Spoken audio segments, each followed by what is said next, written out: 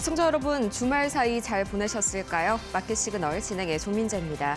이 주말 내내 한파가 이어졌었죠. 너무나 추운 날씨가 풀릴 기미가 보이지가 않는데 뉴욕 증시 역시 계속해서 경계감이 좀 이어지고 있는 국면입니다. 지난 금요일 3대 지수가 엇갈린 모습을 보여줬는데요. 우선 소비 지표는 상당히 견조하게 나왔지만 다시 한번 트럼프 대통령이 이란에 대형 함대를 보내고 있다는 소식을 밝히면서 다시 한번 지정학적인 우려가 부각된 하루였습니다. 또 같은 나스닥 내에서도 인텔이 17% 급락한 반면에 이 아마존과 마이크로소프트가 2% 이상 오르고 엔비디아도 1%대 강세 보이는 등 개별주 이슈가 굉장히 강하게 작용했던 하루였는데요. 잠시 후에 자세한 이야기 만나보도록 하겠고요. 오늘도 마켓 시그널 힘차게 출발합니다.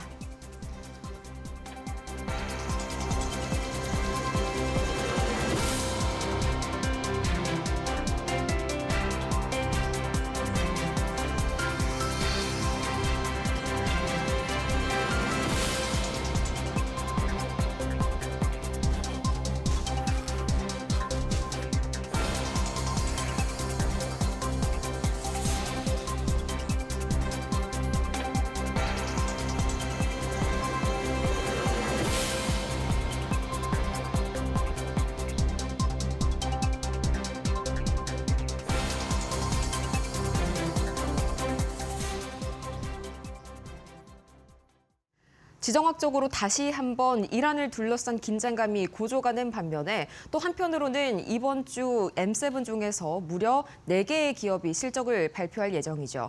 이 때문에 약간의 기대감도 부풀었던 뉴욕 증시입니다. 3대 지수가 일제히 혼조세를 보이면서 약간 엇갈리는 모습이 나타났는데 금융주와 바이오주들은 계속해서 약한 모습을 보였습니다. 이 때문에 다우지수가 0.58% 하락한 반면에 나스닥은 그동안 크게 오르지 못했던 빅테크들을 중심으로 다시 한번 실적 기대감이 유입됐습니다. 0.28% 상승, 이어서 S&P 500은 0.03%, 그야말로 눈치 보기 장세가 완연했던 그런 시장이었는데 자금 흐름은 어떻게 흘러갔을지 지난주 금요일 히트맵 통해서 만나보시죠.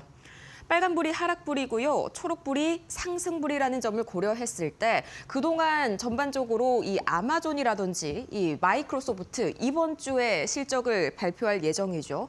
또 이어서 애플까지도 실적을 발표할 예정인데 이렇게 그동안 크게 오르지 못했었던 빅테크들 위주로 다시 한번 좀 매수세가 들어왔던 하루였습니다. 하지만 그동안 연일 시장을 뜨겁게 달궜었던 이 반도체 따는 거의 1% 내외의 하락을 보였는데요. 그 외에도 금융주들이 약했습니다. 이 캐피탈원에서 4분기 실적 미스를 발표하자 전반적인 투심이 악화가 됐고요. 또 이어서 오늘은 헬스케어도 별로 좋지 않은 모습이 확인이 되실 겁니다. 이 모더나 CEO가 백신 예방접종에 대한 부정적인 미국 여론을 의식해서 더 이상 후기 단계의 임상 백신에 투자하지 않겠다라고 밝힌 점이 투심 전반적으로 악화되게 만들었습니다. 반면에 엔비디아와 AMD는 계속해서 1%와 2%대 강세를 보였는데 과연 어떤 이슈들이 있었을지 다음 장 통해서 조금 더 자세하게 만나보시죠. 가장 먼저 전반적으로 매크로 지표들은 상당히 견조했습니다. 특히나 소비 지표가 잘 나와줬는데 1월 미시간대 소비자 심리가 2개월 연속 개선세를 보였습니다. 다음 장 통해서 조금 더 자세하게 보시죠.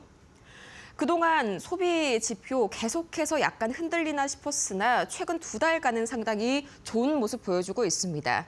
1월 미시간대 소비자 심리지수가 56.4를 기록했는데요. 이 전월치 대비해서도 큰 폭으로 개선이 됐고요. 또 2주 전에 발표가 되는 잠정치 대비해서도 거의 2.5포인트가량 개선된 움직임이었습니다. 작년 8월 이후에 거의 5개월 만에 최고치를 기록했는데 다시 한번 미국 소비가 살아나고 있다는 이런 기대감에 이런 경기 침체에 대한 우려감이 완전히 좀 불식되는 그런 모습이었고요. 이 두 가지 축으로 구성이 되어 있습니다. 이 소비자 심리지수를 구성하는 두 가지 세부 항목 역시 양쪽이 모두 다 크게 개선되는 모습이 나왔고요. 새해 들어서 완전히 이 미국 소비자들의 심리가 플러스 쪽으로 돌아섰다 하는 그런 기대감까지 전반적으로 투심을 다시 한번 달구는 그런 요인이었습니다. 또 이어서 소비자 기대 인플레이션도 같은 날 발표가 되죠. 앞으로 1년 뒤 그리고 5년 뒤에 각각 인플레이션이 얼마만큼 좀 우려감을 가지고 있는지를 나타내는 지표인데 우선 1년 기대 인플레이션은 0.2%포인트 가까이 내려가면서 큰 폭으로 하락했습니다. 다만 장기 인플레이션은 조금 우려가 상승했는데 우선 단기 인플레이션이 큰 폭으로 잡혔다는 점에서 시장은 긍정적으로 이 이슈를 해석했고요. 이 때문에 나스닥과 S&P 500은 강보합권에서 이 거래를 마무리 지을 수가 있었습니다. 다시 한번 두 번째 이슈는 어떤 게 있었는지 종전의 이슈로 돌아가 볼까요? 다우지수는 큰 폭으로 하락했습니다. 그리고 그뿐만이 아니라 안전자산에 대한 선호 심리가 굉장히 크게 올라가면서 금값과 은값은 계속해서 신고가를 경신했는데 바로 이 지난 목요일이었습니다. 그러니까 금요일장이 열리기 전날 오후겠죠.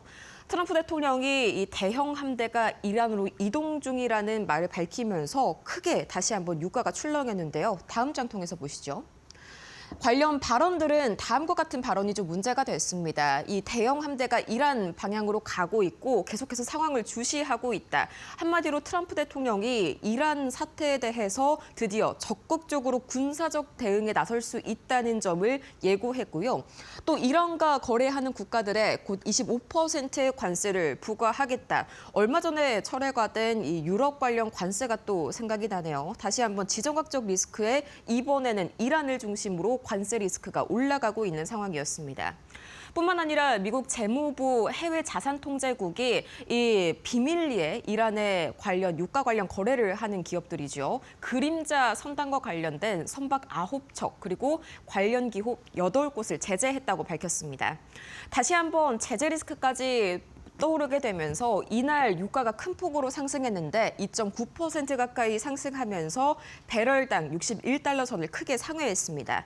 이 때문에 종전의 히트맵에서 산업재주들이 급락하는 모습이 연출이 됐었죠. 또 금값도 크게 상승했는데 어느새 이 온스당 4,983달러까지 올라갔고요. 은값은 드디어 사상 최고치 100달러를 돌파했습니다. 온스당 기준이고요. 은값은 이번 한 달까지만 하더라도 거의 42%의 월간 상승률을 기록했습니다. 전반적으로 안전자산에 대한 선호 심리가 확대되면서 미 국채 금리는 계속해서 하락세를 이어갔습니다. 이어서 이 나스닥 강보합권에서 마무리가 됐지만 그 안에 세부 내용을 뜯어보자면 특징주들별로 약간 이슈가 갈렸는데요. 우선 인텔은 이날 17% 가까이 폭락했습니다. 그 전날 장 마감 후에 발표했었던 1분기 실적 발표에서 실망스러운 1분기 매출 전망을 발표하게 되면서 급락세가 나온 건데 월가에서는 그동안 인텔의 주가가 4달 사이에 2배 가까이 급등했었죠. 워낙 빠르게 상승해온 주가를 실적이 따라잡지 못했다는 평가였고요. 반면에 엔비디아와 AMD가 이 나스닥을 방어해주는 주요 요인이었습니다. 엔비디아 1.5% 그리고 AMD가 2%대 강세 보였는데 젠슨 황 CEO가 조만간 중국을 직접 방문한다는 소식이 긍정적으로 작용했습니다. 그렇다면 나머지 특징주들은 어떤 이슈를 몰고 왔을지 정보경 앵커와 함께 만나보시죠. 네, 혼조세로 3대 지수가 마감한 가운데 개별 종목들의 움직임은 방향이 엇갈렸는데요. 기술주들의 움직임 어떻게 움직였는지 지금부터 저랑 함께 살펴보시죠. 네, 오늘 가장 먼저 살펴볼 주요 기술주 엔비디아입니다. 조금 전에 젠슨 황 CEO의 중국 방문 소식을 전해드리기도 했는데 1.6% 오르면서 상승 마감을 했습니다. 중국 당국이 알리바바, 텐센트, 바이트댄스 등 이런 주요 기술 기업들에게 H200 칩 주문을 준비하라고 지시했다는 보도도 전해졌는데요. 엔비디아 이미 중국 매출을 좀 보수적으로 반영하고 있죠. 번스타인이 중국 판매가 재개될 경우에 실적 추정치에 추가적인 상향 여지가 생길 수 있다라는 평가를 내놨습니다. H200의 중국 진입 가능성이 부각되면서 주가를 끌어올린 엔비디아라고 보실 수 있겠습니다. 다음 종목 마이크로소프트입니다. 3.35% 강하게 올라준 마이크로소프트인데요. 먼저 투심을 자극한 건 UBS의 평가였습니다. 매수 의견을 유지하면서 목표가 600달러로 제시를 했는데요. 애틀랜타와 위스콘신의 AI 데이터 센터 확장이 이 성장에 도움이 될 거라는 기대감이 나온 상황입니다. 자, 애저 성장에 대한 도움이었고요. 그리고 여러분 벤츠로 익숙하신 메르세데스, AMG 페트로나스 F1 팀과의 파트너십 계약 소식이 전해졌습니다. 또 하나의 호재, 미 공군 클라우드 원 사업 수주 소식도 작용을 했습니다. 실적 발표를 앞두고 있는데 기대감 속에 거래량까지 늘면서 주가는 급등한 모습입니다. 다음으로 애플 살펴보겠습니다. 0.12% 소폭 하락했는데요. 1분기 실적 발표를 앞두고 관망 심리가 이어지고 있다라고 좀 해석을 해볼 수 있겠습니다. 특히 애플은 시리의 경쟁력에 대한 우려가 좀 나온 상황인데 챗 GPT와 제미나이 연동에도 불구하고 AI 비서 경쟁에서 뒤처질 수 있다라는 평가가 주가에 부담을 준 모습입니다. 다음으로 세 종목 더 확인해 보시겠습니다. 이번에 만나보실 종목 메타입니다. 1.72% 올라준 모습인데요. 4분기 실적 발표를 앞두고 있죠. 매출 증가에 대한 기대감 속에서 이 대형 기술주의 상승을 주도했다고 보셔도 될 것 같습니다. 특히 제프리스는 메타에 대해서 긍정적인 평가를 내놨습니다. 알파벳과 비교를 해서 밸류에이션 할인 그리고 AI 인재 영입을 통한 경쟁력 강화를 강점으로 꼽으면서 투심을 끌어올리는 모습입니다. 다음으로 확인해 보실 종목 테슬라입니다. 0.06% 소폭 내리면서 약보합권에서 마감을 했는데요. 이 오스틴에서 무인 로보택시 운행을 시작했다는 소식이 전해졌지만 투자자의 반응은 좀 다소 제한적이었습니다. 이 완전 자율주행인지에 대한 의문이 제기된 데다가 미국과 캐나다에서 월 99달러의 FSD 구독을 강조하는 이 전략 변화가 다소 부담으로 작용을 하는 모습인데요.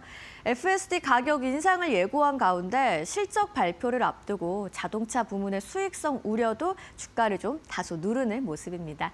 다음으로 아마존 살펴보겠습니다. 2% 넘게 강하게 올라줬는데요.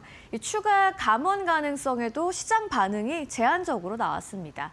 CEO인 앤디 제시가 이에 대해서 인력 감축은 비용 절감보다는 조직 효율화 차원이라고 설명을 했는데 여기에 시장이 조금 긍정적으로 반응을 하는 모습이고요.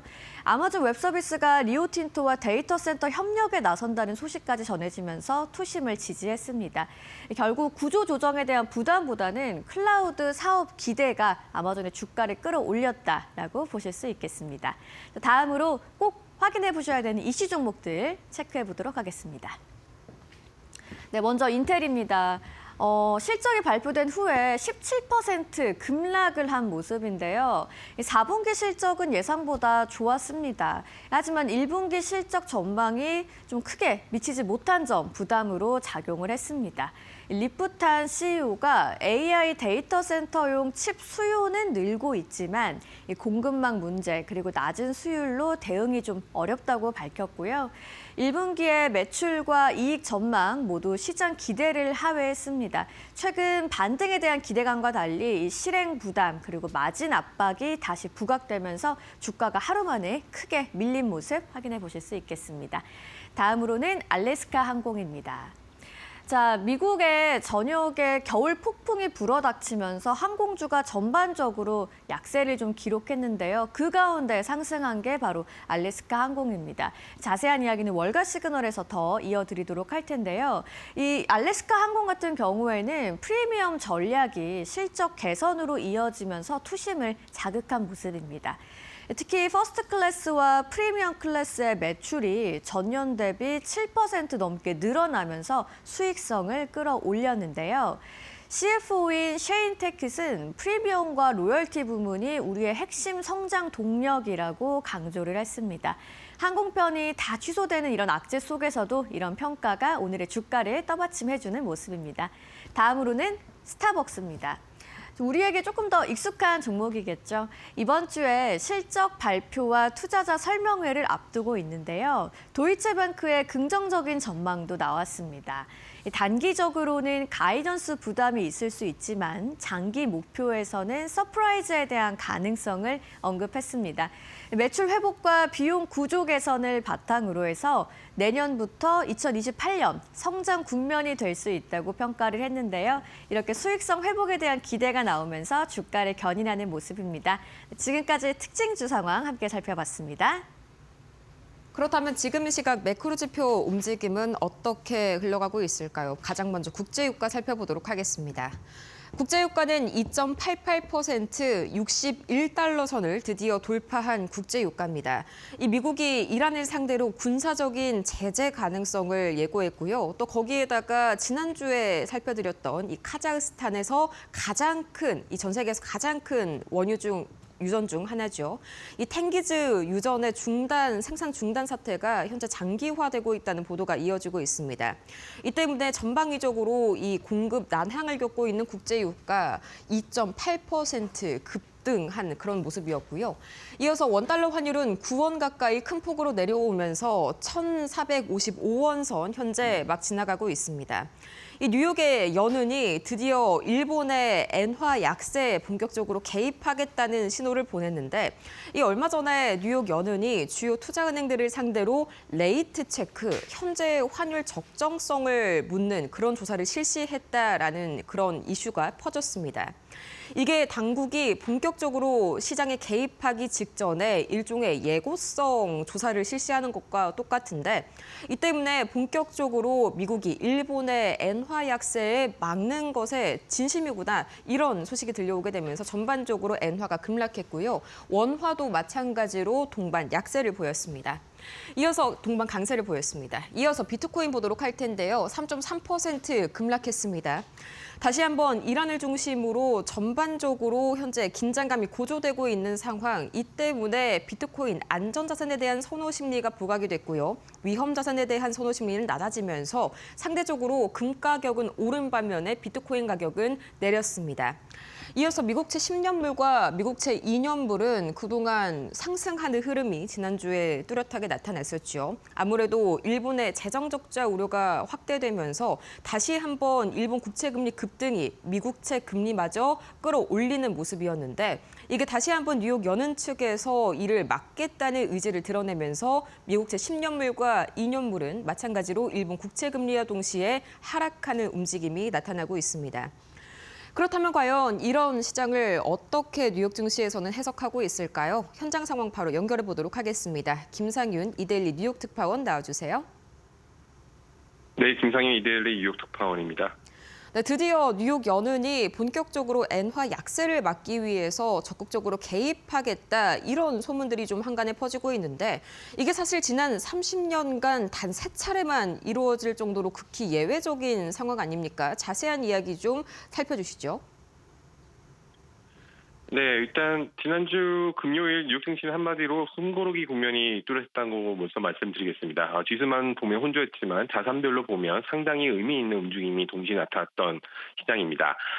우선 주식시장에서는 방향성보다는 조정과 선별이 두드러졌습니다. 나스닥은 강보합에 그쳤고 S&P 500과 다우는 주간 기준으로 2주 연속 하락세를 이어갔죠. 그동안 많이 오른 종목들은 일부 상승분을 반납했고 뒤처였던 종목들이 따라오는 전형적인 조정 흐름이었습니다. 주식시장과 달리 외환시장은 급변했었습니다. 말씀대로 엔화 가치는 일본과 미국의 당국 개입 가능성 경계 속에 하루 만에 1% 넘게 급등했고 달러는 주간 기준으로 큰 폭의 약세를 기록했습니다. 일본은 그간 계속 금리 인상을 미루면서 엔화 약세를 방치했었죠. 이에 따라 인플레이션 기대가 살아나면서 장기 금리를 계속 끌어올렸는데요. 그 상황에서 베센트 미 재무장관은 일본은행의 책임 있는 통화 정책을 계속 요구해왔습니다. 공개적으로 엔화 절상을 압박해왔는데요. 말씀대로 뉴욕 연은의 레이트 체크까지 연결해서 이날 달러는 약세를 보이고 엔화는 강세를 보였던 현상이 나타났습니다. 앞으로도 이런 미국과 일본 당국의 개입이 계속 이어질 것으로 보이는데요. 엔화와 동조했던 원화 환율도 조금씩 떨어질 가능성도 커 보이는 상황입니다. 네, 어쨌든 우리 입장에서는 원화가 다소 좀 진정세를 보이고 있다는 점에서 긍정적으로 해석될 여지가 있는 이슈인 것 같습니다. 이어서 은 가격도 드디어 온스당 100달러를 돌파했었죠. 이달 들어서만 거의 40% 이상 올랐는데 이렇게까지 은 가격이 달궈진 이유, 비단 지정학적인 리스크만 있는 건 아닌 것 같습니다. 네, 그렇습니다. 지금 은 가격은 추가 상승 여력은 계속 열려 있지만 변동성도 그만큼 커질 가능성도 큰 상황입니다. 이번 100달러 돌파는 단기 이벤트라기보다는 구조적인 요인이 겹친 결과라는 평가가 지배적입니다. 우선 상승을 지지하는 가장 큰 요인은 공급 부족입니다. 글로벌 은 시장은 5년 연속 공급 부족 상태에 놓여 있었고 수요는 산업용과 투자 수요가 동시에 늘고 있습니다. 은은 금과 달리 안전자산이면서 동시에 산업 금속이기도 한데요. 태양광, 전기차, 반도체 등에서 쓰임새가 계속 늘고 있다는 점이 구조적인 강점으로 꼽힙니다. 여기에 금 가격 급등의 대체 효과도 작용하고 있습니다. 금이 온수당 5,000달러에 근접하면서 개인 투자자들 사이에서는 상대적으로 적극 가능한 은으로 자금이 이동하는 흐름이 뚜렷해지고 있습니다. 일부 전문가들은 금 대비 은의 상대 가치를 보여주는 금-은 비율이 무너졌다는 점에서 이번 랠리가 아직 초기 국면에 있을 수 있다고 보고 있습니다. 다만 변수도 분명합니다. 전문가들 사이에서는 공통적으로 나오는 경고는 변동성입니다. 가격이 급등할수록 하루에 10% 이상 움직일 수 있다는 전망도 나옵니다. 공급 제약이 근본 원인이긴 하지만 단기적으로는 차익 실현 매물이 언제든 나올 수 있고 지정학적 이슈나 연준 정책 기대가 바뀌면 조정적 폭도 클 수도 있습니다. 종합하면 은 가격은 안전자산 수요와 구조적인 공급 부족이라는 점에서 중장기 상승 논리는 살아있지만 100달러 돌파 이후에도 속도보다 진폭이 더 커지는 국면으로 돌아갈 가능성이 큽니다. 추가 상승을 기대하더라도 단기 조정과 높은 변동성은 함께 감수해야 하는 구간이라고 볼 수 있습니다. 네, 한간에서는 지금 은 가격이 민주식이나 다름없다 이런 평가까지 이어지고 있는 것을 보니까 확실히 현재 단기 과열 구간에 머물러 있는 은인 것 같습니다. 진폭에 주의해야 할 것 같고요. 이제 이번 주에는 FOMC가 기다리고 있죠. 거의 시장에서 확실하다는 것은 이번에는 금리 동결이 단행이 될 것이다. 문제는요. 그래서 금리 인하를 언제부터 좀 시작하느냐 이게 관건일 것 같은데 현재 이 부분에 가장 시장이 주목하고 있죠.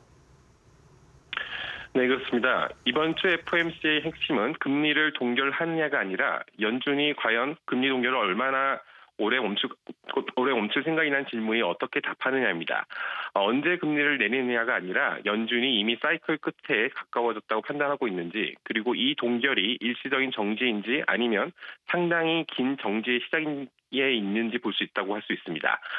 연준은 지난해 하반기 세 차례에 걸쳐 기준금리를 총 75bp 인하했었죠. 지금 금리가 3.5에서 3.75% 수준입니다.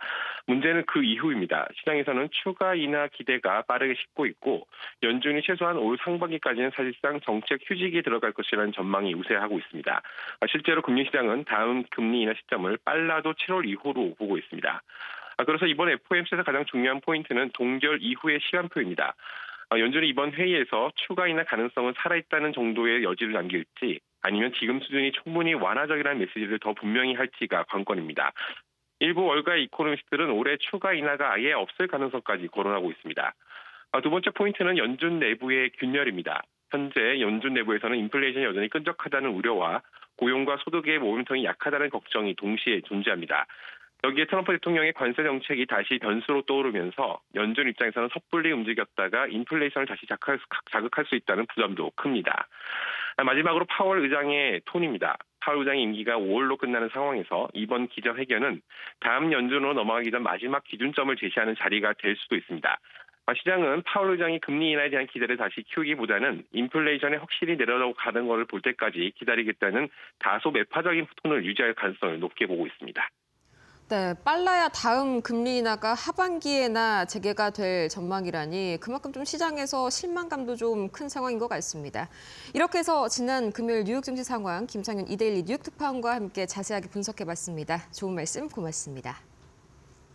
네, 감사합니다. 지금까지 지난주 금요일 뉴욕 증시 마감 상황 봤습니다.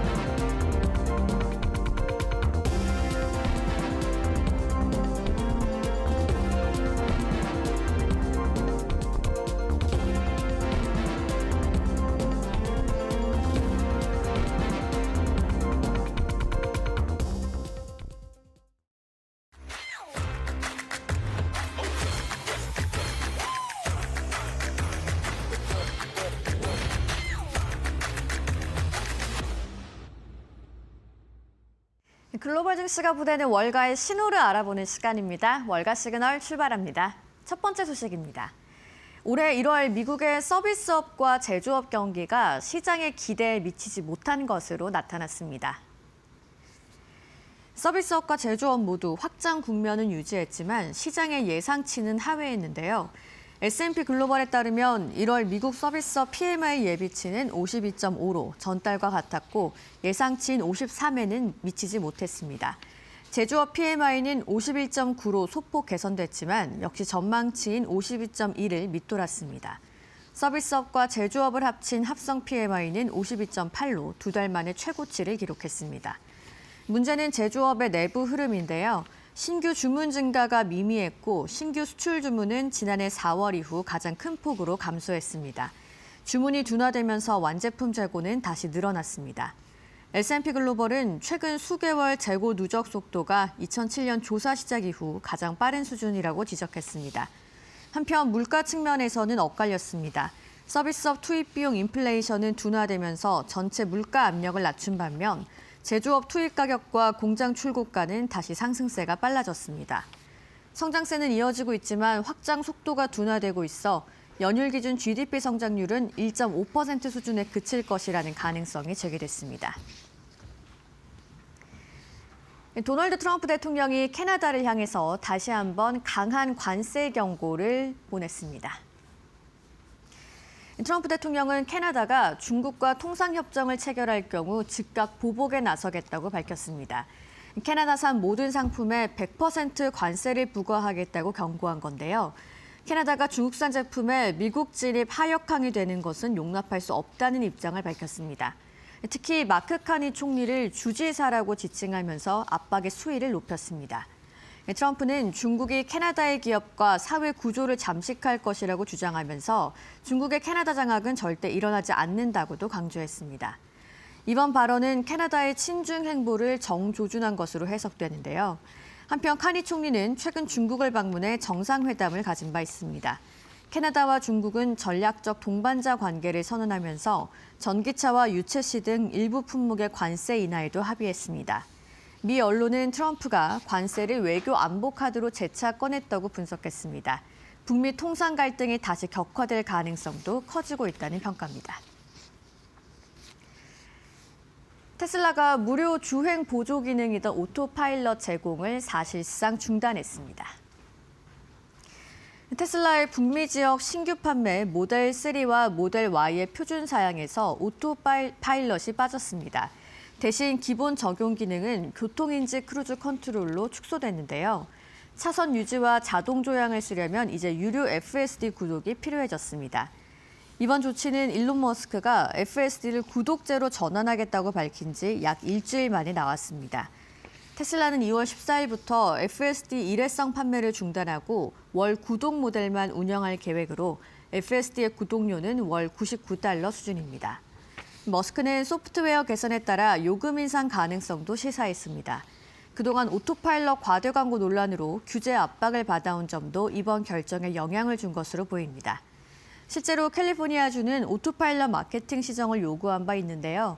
미 언론은 테슬라가 오토파일럿을 정리하고 FSD 수익화를 가속하는 전략으로 해석하고 있습니다. 한편 테슬라는 텍사스 오스틴에서 로보택시 서비스를 시작했고 로보택시에는 FSD 최신 버전이 적용됐습니다. 미국 전역을 강타한 겨울 폭풍으로 지난 주말 동안 미국 항공편 14,000편 이상이 취소되는 대란이 일어났습니다. 미국 전역에 폭설과 결빙, 강풍이 겹치면서 지난 주말 미국 항공편 14,000편 이상이 취소됐습니다. 토요일에만 4,000편 이상 취소됐고 일요일에는 10,000편 넘게 결항된 건데요. 특히 텍사스 댈러스 포트워스 공항과 러브필드 공항이 직격탄을 맞았습니다. 뉴욕 라과디아와 워싱턴 로널드 레이건 공항은 일요일 항공편의 90% 이상이 취소됐고 뉴요크와 JFK 공항도 대규모 결항 사태가 이어졌습니다. 주요 항공사들은 사전 결항을 통해 추가 혼란을 막는 데 주력하고 있습니다. 아메리칸 항공과 사우스웨스트 항공은 하루 운항의 20에서 30%를 취소했습니다. 항공사들은 40곳 이상 공항 노선에서 변경 취소 수수료를 면제했습니다. 한편 트럼프 대통령은 사우스캐롤라이나와 버지니아에 비상사태를 승인했습니다. 정전 피해도 확산돼 27만 가구 이상이 전력을 잃었는데요. 미 국립기상청은 월요일까지 광범위한 폭설과 혹한이 이어질 것이라고 경고했습니다. 지금까지 월가에서 보내는 시그널 알아봤고요. 신일섭 위원과 함께 자세하게 분석해 보겠습니다.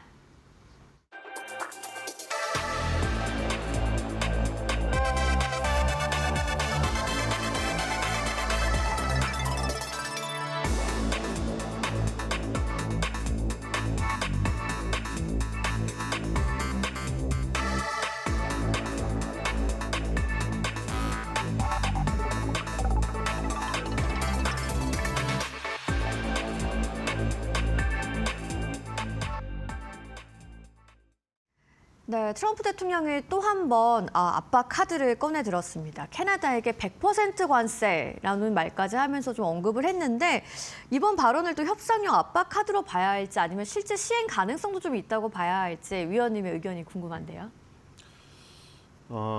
지금 혹시 메이저리그는 좀 보시나요? 제가 안 보는 맨날 스포츠를 자꾸 질문 물어보시네요. 네. 야구 안 보시나요? 네네. 네. 저도 이제 뭐 예전보다는 메이저리그를 안 보는데 네. 옛날에 류현진 선수가 활약할 때는 네. 한참 봤거든요. 박찬호 선수 활약할 때도. 근데 토론토 블루제이스라는 팀에 있었잖아요, 류현진 선수가. 네. 근데 그 팀이 캐나다 팀이잖아요. 근데 메이저리그에서 같이 경기를 하거든요. 네. 그래서 이제 지난해도 그 준우승을 했거든요. 그래서 캐나다의 야구 열기가 굉장히 뛰어난데 지금 이런 상황이면 제 생각에는 메이저리그에서 경기 보이콧을 할 수도 있다. 지난해에도 이런 얘기가 있었어요. 그리고 지금 뭐 유럽에서도 보이콧 월드컵 얘기 나오잖아요. 그러니까 스포츠 보이콧으로 하는 게 이게 사람들의 마음속에 굉장히 영향을 많이 주기 때문이거든요. 네. 근데 그러니까 캐나다가 이렇게 사실은 밀접한 관련이 있는 국가인데 언제부터 이렇게 됐는지 모르겠는데 트리드 총리 때도 주지사라고 불렀잖아요. 네. 그렇죠? 근데 이제 또 카니 총리가 되는데 카니 총리한테도 주지사라고 불리는데 이게 사실은 정말 이거는 좀 그쵸 기본적인 매너 아닙니까? 사실은 좀 심하죠. 그러니까 한 나라의 대통령 보고 우리나라의 뭐 주지사라고 불리는 건 똑같죠. 그러니까 51번째 주가 되라 너네 뭐 그런 식의 압박인데 이건 처음에 그냥 협상이고 뭐고 처음부터 그냥 깡그리 무시하고 들어가는 사실 발언이죠. 뭐 일부러 강하게 나가는 걸 수도 있지만. 굉장히 수위 높은 압박이죠. 그래서 어쨌든 간에 지금 뭐 100% 관세가 이거는 사실 이제는 여러분들도 다들 아시죠? 뭐 미리 아셨죠 이미. 그렇죠. 이 관세라는 것의 퍼센티지가 뭐 수치는 중요하지 않다는 거죠. 되는지 마는지도 자기도 모르잖아요. 이거 그냥 던지는 거잖아요. 그렇죠? 지금 뭐 이게 한두 번이 아니었기 때문에 네. 뭐 57%든 83이든 105%든 174든 그 수치는 중요하지도 않고 그 수치가 정해져서 제대로 된 적도 한 번도 없습니다. 그렇기 때문에 이거는 그냥 위협이죠, 위협. 너네 우리 말 들어라. 왜냐면은 지금 캐나다가 계속해서 약간 반발을 하고 있거든요. 제가 아까 전에 뭐 메이저리그 보이콧 얘기까지 했지만 네. 그것도 진짜 실행될 수도 있는 얘기고 왜냐면 실제로 캐나다가 지금 미국하고 아이스하키 경기할 때도 굉장히 이런 피켓 같은 걸 들고 나와서 했었어요. 팬들이. 네. 이런 부분에 지금 스포츠 경기 때 그런 거를 해야지 이제 언론에서 많이 다뤄지고 되기 때문이죠. 어쨌든 그런 것도 있는데 지금 실질적으로 중견국끼리 뭉쳐야 된다는 얘기를 했거든요. 그러니까 중견국이 이제 미들 파워라고 해서 캐나다가 이제 중견국이라는 건 인정을 한 거긴 한데 어떤 강소국도 아니고 강대국도 아닌 중간에 있는 나라들끼리 뭉쳐서 지금 여기서 사실은 어떻게 보면 지렛대의 역할을 해야 된다. 우리 중견국끼리 미국에 대응하는 지렛대 역할을 해야 된다. 이렇게 얘기를 했어요. 그래서 협상용 압박이라고 일단 봐야겠죠. 뭐 100%냐 50%냐라는 수치보다는 이 협상을 위한 엄포라고 그냥 보면 될 것 같다라는 의견이셨고. 뭐 200%든 500%든 그냥 너네를 죽이겠다는 얘기죠. 그냥 100%를 하겠다는 게 아니라. 네. 그쵸. 이번에 이제 트럼프가 또 문제 삼은 게 캐나다의 친중 행보라고 볼 수가 있겠는데 이게 좀 미중 갈등을 넘어서 북미 통상 전선까지 넓어지는 신호로 해석을 해봐도 될까요? 그러니까 지금 그렇죠. 캐나다도 이제 중견국으로서 할 수 있는 모든 카드를 쓰는 거죠. 그 중국하고 이제 그 전기 자동차에 대한 부분을 특히 민감한 부분을 네. 풀어버리지 않았습니까? 이게 사실 지금 뭐 앨런 머스크랑 사이가 더 좋았다면은 더욱 더 뭐 민감하게 얘기했을 텐데 뭐 앨런 머스크랑 사이가 좀 멀어지긴 했는데 어쨌든 지금 테슬라의 전기차에도 관련된 얘기잖아요, 사실 이게. 네. 지금 테슬라가 중국에서는 비아디라던가 이 샤오미, 화웨이 뭐 이런 중국 자국 내 질이라던가 이런 회사들의 지금 뭐 전기차 가격 다운 이런 걸 못 이겨가지고 중국 내 점유율에서 힘들어하고 있고 유럽에서도 그렇잖아요.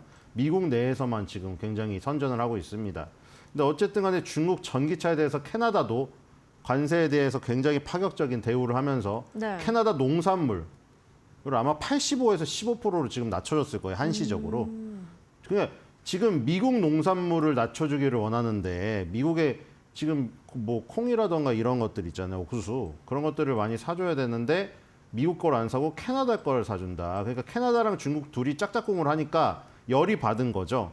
그래서 이제 뭐 저런 것도 올렸네요. 골든돔이 그린란드 위에 건설되는 거는 반대하면서 골든돔이 캐나다를 보호할 건데 너네가 어떻게 그럴 수가 있냐 이러면서 그런 얘기를 한 거죠. 근데 이제 다보스 포럼에서도 아까 그 얘기를 다 한 거죠. 중견국으로서 뭉쳐서 강대국에 대응을 해야 된다.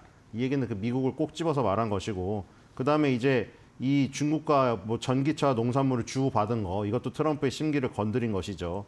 그래서 어쨌든 간에 지금 이게 미중 갈등을 넘어서 북미 통상 전선까지 그 넓어지겠느냐. 네. 그렇죠. 이게 문제죠. 왜냐하면 멕시코랑 캐나다는 남과 북으로 국경을 인접하고 있습니다.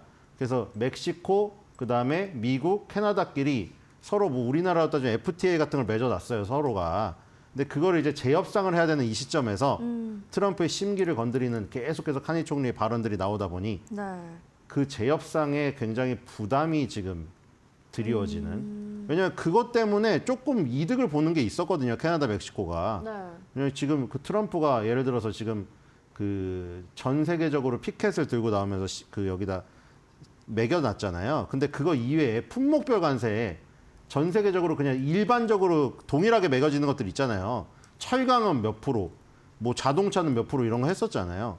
그런 거에서 이제 멕시코, 캐나다 이 그 미국의 어떤 그 협상 그 여기 규제에서는 면제되는 것들이 있었거든요. 근데 이것마저 그러면 다 네. 파기시켜 버리고 너네도 똑같이 전 세계에 매기는 품목별 관세를 매겨버리겠다. 이렇게 하면 이제 더 저기 되는 거죠, 완전히. 악화 일로로 가는 거죠. 그러면 뭐 이런 관세 리스크 뭐 계속 부각이 되면은 개인 투자자분들에게서는 어떤 반응이 먼저 나올지가 궁금한데 언급하신 것처럼 뭐 자동차, 철강, 원자재 같은 섹터에서의 흐름도 어떻게 될지 좀 궁금하고요. 그러니까 이게 캐나다랑은 사실 이게 좀 그렇죠 밀접한 관계가 있고 친하게 지내야 되는데 지금 이런 부분이 그 불거지다 보면은 이제 트럼프가 또 이 캐나다랑 뭐 멕시코를 압박하기 위해서 네. 또 괜히 이 일반적인 관세를 그냥 또 높이 불렸까 봐 좀 우려스러운 거죠, 그게. 그냥 캐나다를 타겟으로 하는 원점 타격이 아니라 1점 타격이 아니고 그냥 전체를 올려버리는 거죠. 갑자기 또 철강 관세 2배를 불렀는데 여기서 철강 관세를 더 인상한다. 네. 그럼 괜히 우리나라는 또 피해를 보는 거예요, 지금. 우리나라 지금 주가 5천 찍었는데 지금 철강 화학 가지신 분들은 미칠 노릇이거든요, 진짜로. 지금 현대제철, 뭐 동국홀딩스, 그다음에 지금 뭐 롯데케미칼 네. 이런 것들은 미칠 노릇이거든요, 지금. 5천을 갔는데 지수가 20년 전 지수예요, 주가예요. 근데 여기서 관세 폭탄을 또 맞아버리면은 진짜 헤어나올 수 없는 주가의 흐름으로 가게 되겠죠.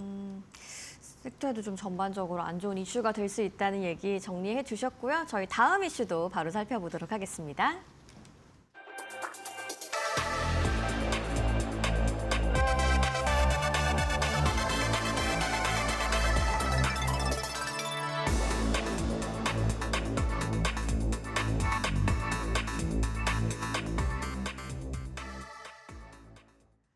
네, 미국 전역이 겨울 폭풍의 직격탄을 맞았다는 소식 전해드렸습니다. 지난 주말에 항공편이 14,000편 이상 취소가 됐다는 이야기였는데요. 이걸 좀 단순한 기상 이슈로 봐야 할지 아니면 좀 구조적인 리스크가 있었다 이런 식으로 봐야 할지 궁금한데요. 이게 길어지면은 좀 안 좋죠. 왜냐면 지금 전력 이슈가 뭐랑 밀접한 연관이 있습니까? 지금 며칠 전부터 계속 얘기를, 한 달 전부터 얘기를 했나요? 한 달 전부터 계속 얘기를 했잖아요. 이 전력에 대한 문제는.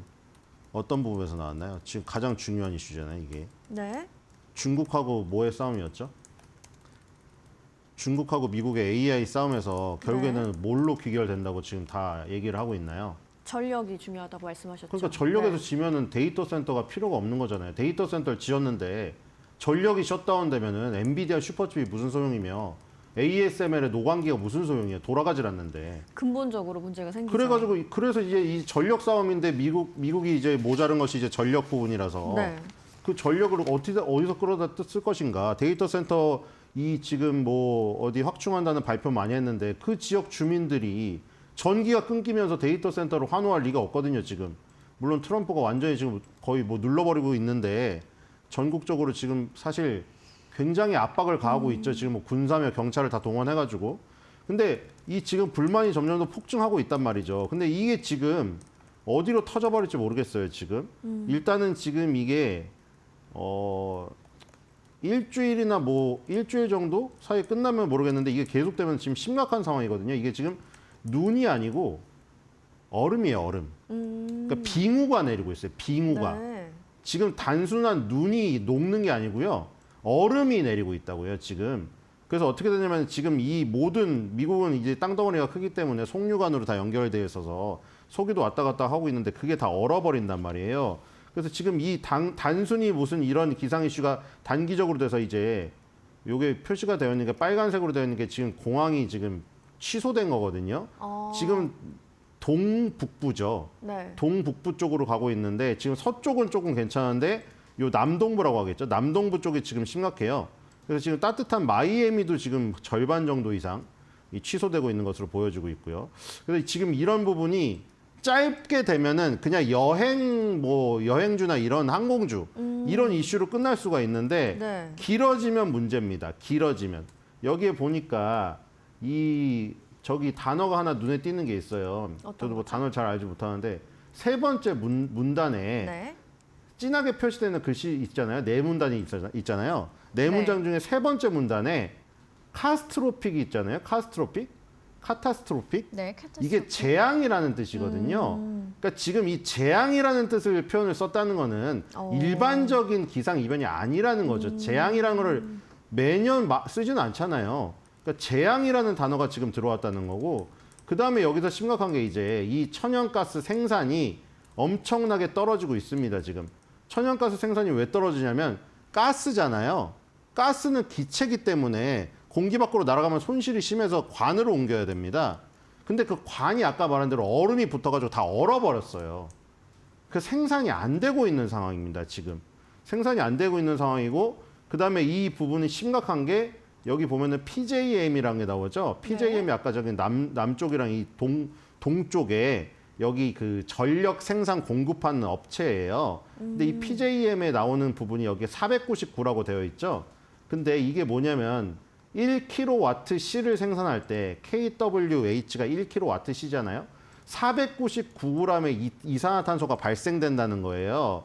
근데 이게 지금 예전 그 자원일수록 많이 발생되겠죠. 석탄이라던가 석유, 뭐 저기 보시면 코어라던가, 그렇죠? 하이드로 그 석탄이라던가 가스 같은 거 있죠. 오일 이런 거에서 많이 발생이 되는데 이게 문제가 뭐냐면은 이게 한마디로 더러운 에너지입니다. 더러운 에너지.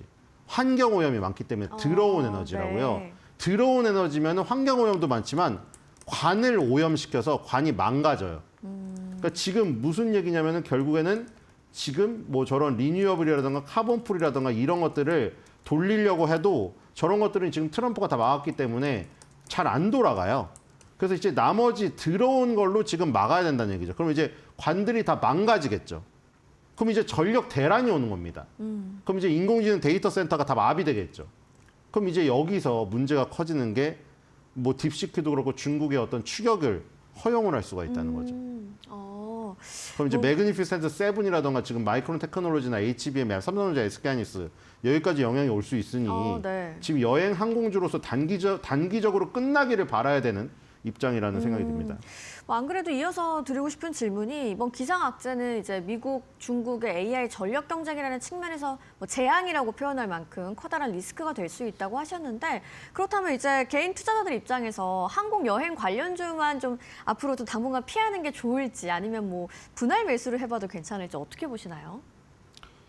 그래서 일단 시장 상황을 봐야겠죠. 시장이 지금 안 열렸기 때문에 일단은 지금 실제로 셧다운이 되고 있거든요. 지금 네. 언론에 무슨 10몇만으로 나왔었는데 지금 87만 5,337까지 늘었습니다. 지금 이 보시면은 정전된 부분이 87만 5,337가구가 나왔어요. 지금 여기 이 보면은 이 밑에 부분부터 시작이 되고 있죠. 여기가 지금 보면은 테네시주가 29만 6,304로 제일 많고요. 미시시피가 15만 421. 이거 다 합치니까 위에 87만 5,337이라는 수치가 나오고 있죠. 네. 그러니까 가정에 전기도 못 들어오는데 데이터 센터 전기를 어디서 들어옵니까? 그러니까 아까 전에 이 전기, 이 전력 공급이 막힌 부분을 뚫기 위해서 아까 전에 말한 대로 더러운 에너지를 다시 발전시켜야 된단 말이에요. 지금 석탄도 끌어오고 다 끌어와야 돼, 지금. 왜냐 지금 겨울에 추워서 지금 얼어 죽잖아요, 사람들이. 네. 그래서 이런 부분 때문에 인프라가 망가져 버려서 다시 그걸 또 복구하려는 이런 어떤 또 절차가 또 필요하고 이렇다. 그래서 이런 부분이 어디까지 영향을 미칠 것인지 지금 촉각을 곤두세우고 봐야 된다. 만약에 이게 계속해서 길어져 가지고 여행 항공주에서 만약에 아까 말한 대로 IT주로 확산이 되는 이 부분이 있어서 시장이 지금 급락을 한다면 우리나라에도 조금 매수 시점을 늦추거나 네. 아니면 단기 이익 실현을 통해서 현금을 확보하는 이런 전략이 필요하다. 이런 생각이 듭니다. 알겠습니다. 이번 겨울 폭풍이 현지 시간으로 월요일까지 이어질 거라는 경고가 있었는데요. 시장이 열리면 또 상황 한번 주시하시면서 매수 시점 체크해 보시는 전략까지 알려주셨습니다. 지금까지 신일섭 위원과 함께했습니다. 고맙습니다.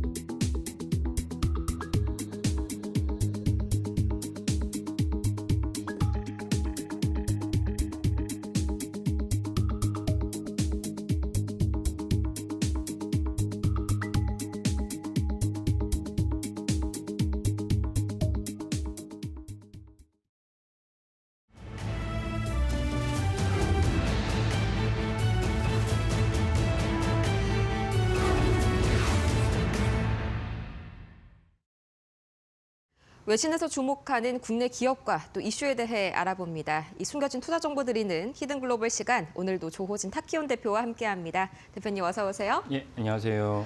네, 저희가 지난주 목요일이었습니다. 이 대규모 캐나다 60조 원 잠수함 수주전을 놓고요. 그때 이제 한화의 마지막 경쟁자죠. 독일의 TKMS가 엄청난 대규모 투자 패키지를 준비하고 있다는 소식 이미 전해드렸었는데 거기에 대해서 이 한화도 맞불러 엄청난 카드를 준비했다는 그런 기사가 오늘 한 가지 또 전해졌더라고요. 예. 대표님, 로이터 통신의 보도죠? 예, 예.